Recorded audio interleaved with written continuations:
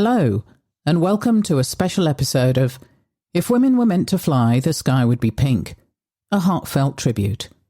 I'm Enid O'Toole. I would like to dedicate this one-off special episode to an amazing pilot and human being, Captain Christopher John Puddy.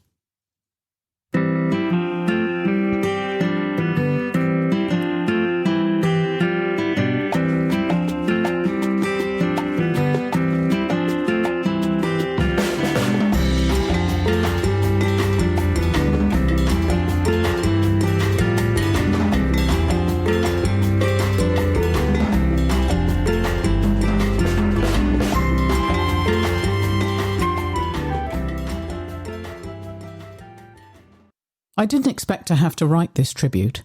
Sometimes you just don't expect certain things to happen, but they always do. I should be writing about the next stage in my career, more stories and excitement as we wander through my life story. But instead, I want to introduce you to this wonderful man who made a significant impact in my life, and that is also part of my life story. I would like you to get to know him through my eyes, even though I know he would probably smile and shake his head.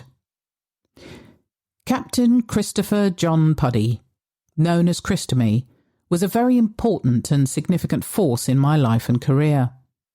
I first met him when he joined Bristow Helicopters as one of our new captains. Right away I could tell we were going to be friends.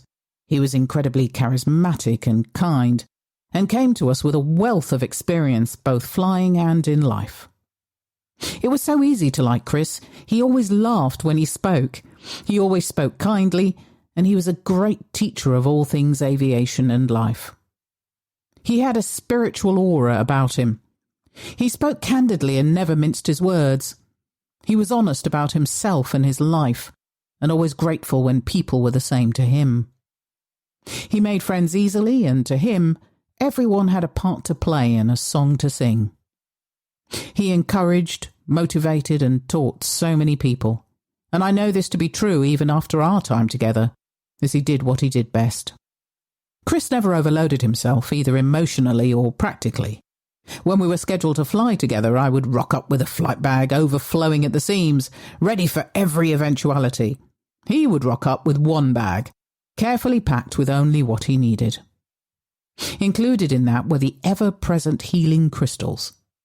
I was always interested in a higher spirituality without calling it anything specific, and he was only too happy to impart his wisdom and knowledge on this subject and how he came to have it.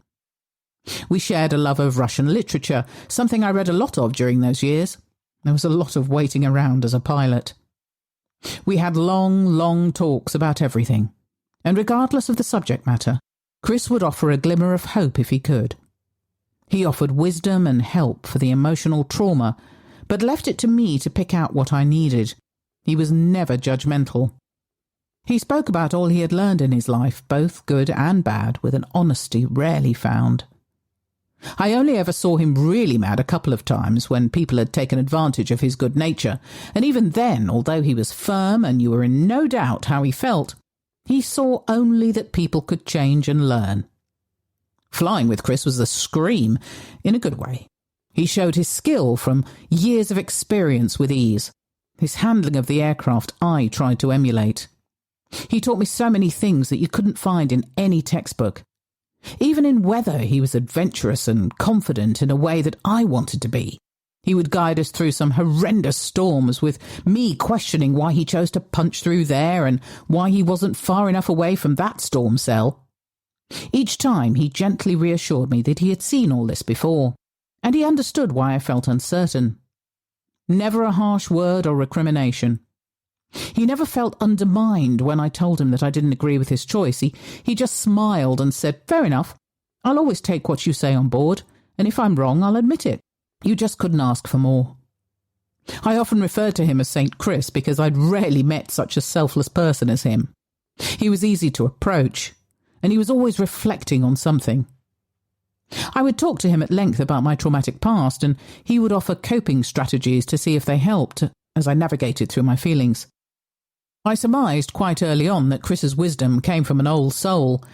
It was as if he had been born many times over. He devoured knowledge. On more than one occasion, I would accompany Chris on what I called his mercy missions.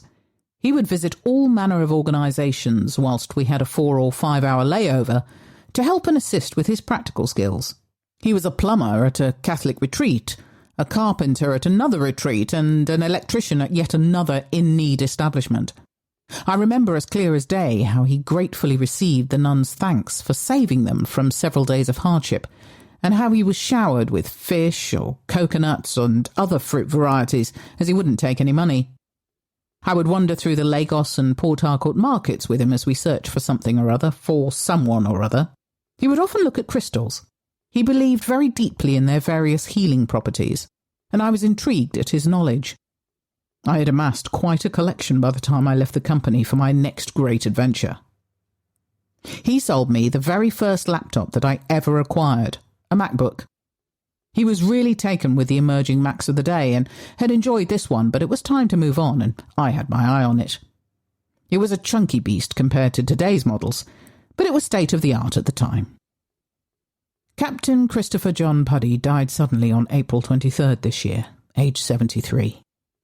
He had been the chief instructor at a flying school for a good number of years, and was still doing what he truly loved. My only regret is now not having the opportunity to connect with him in his later years. I will always, however, be grateful for having had the opportunity to know him and learn from him. I truly believe that he was one of the kindest souls I have ever had the privilege to know. To know Chris and be in his company was to feel peace. Rest in peace, my friend. You will truly be missed. Thank you for listening. As always, your reviews and comments are very much appreciated. Thank you to Lucy Ashby for the editing of this episode.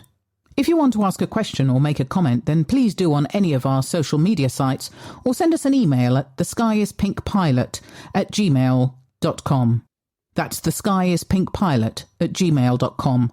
You can also reach us on our website, which is www.skyispink.co.uk.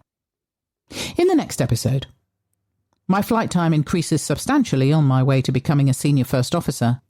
I am seconded to another company as a co-pilot for 6 months. And some colleagues pay a heavy price as aviation grows quickly in Nigeria. Thank you, and goodbye.